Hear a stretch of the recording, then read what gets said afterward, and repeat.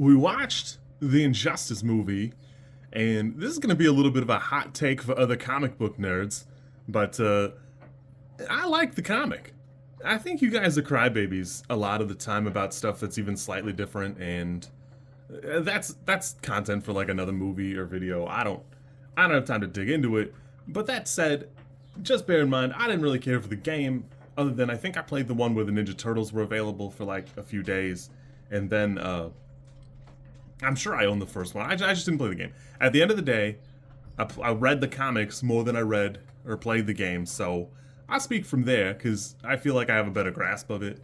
And this movie feels like somebody gave someone else homework and they said, hey, write about an 80-minute feature featuring this game's content to the best of your ability. And they definitely treated it like homework. And I don't want to blame Ernie Outbacker because they've got content that I think is pretty good. They helped out with Hush, and that's a great movie. DC has a pretty consistent catalog of good animated features, which is why I was so disappointed in this one. Overall, this movie is at best an adequate representation of the content, and that's a shame because it strips all of the personality and character out of the story I thought was pretty fun. Granted, everybody complains that Wonder Woman gets mischaracterized, or, blah, blah, blah, blah, blah. It's got a pretty good, interesting start. And this movie shows that. Hey, the Joker kills Lois Lane, and Superman snaps. He just runs over, and he punches a hole in his chest. And that's that for him. The Joker never, stays gone or whatever. That even in the game, it looks like he's present basically the whole time, and there's, some multiverse shenanigans. No strong feelings about that. I don't remember it coming up a lot in the comic. That I actually liked that, Harley Quinn had to come to terms with the fact that when she was with the Joker, she was a bad person. And she hangs out a lot with Green Arrow and Black Canary.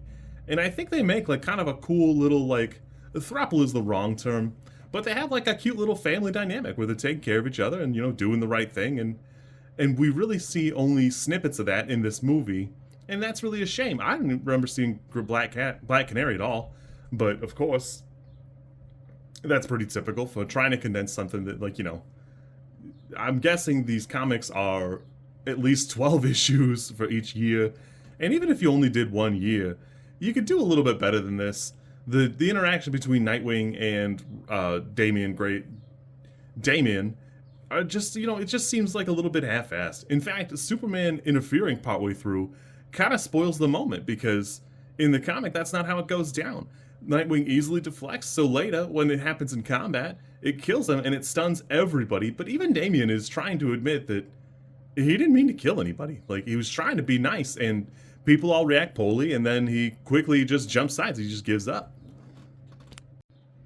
It feels like I'm not saying anything about the animation or the voice acting that are particularly nice here, because the voice acting is pretty adequate, but it does seem to have, Injustice syndrome in that there's been better animated projects in its, timeline. This came out in 2021, and then there were those Justice League movies that I quite liked, all up until the very last one, that I'm surprised this is what we ended up with, because it just doesn't look like somebody put as much love into it as they did those other ones.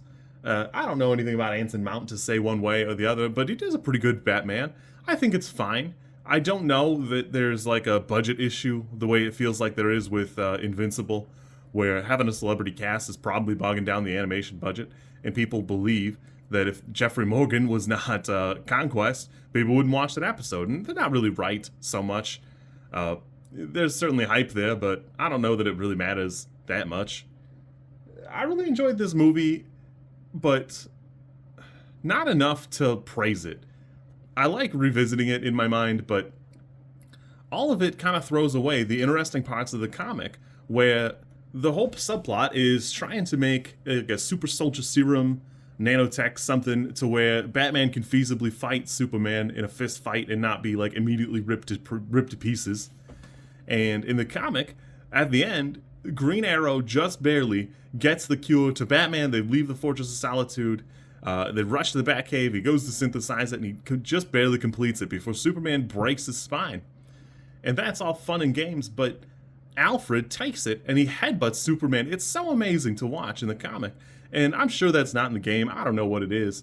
But man, there was really content here that I think really deserved to be adapted. And I think between there being so much of the two adaptations, neither of them gets properly appreciated. This Amazo subplot, I don't really care. I don't like Ra's al Ghul that much myself. That, you know, I'm over it. I've seen you. I got it. I'm moving on.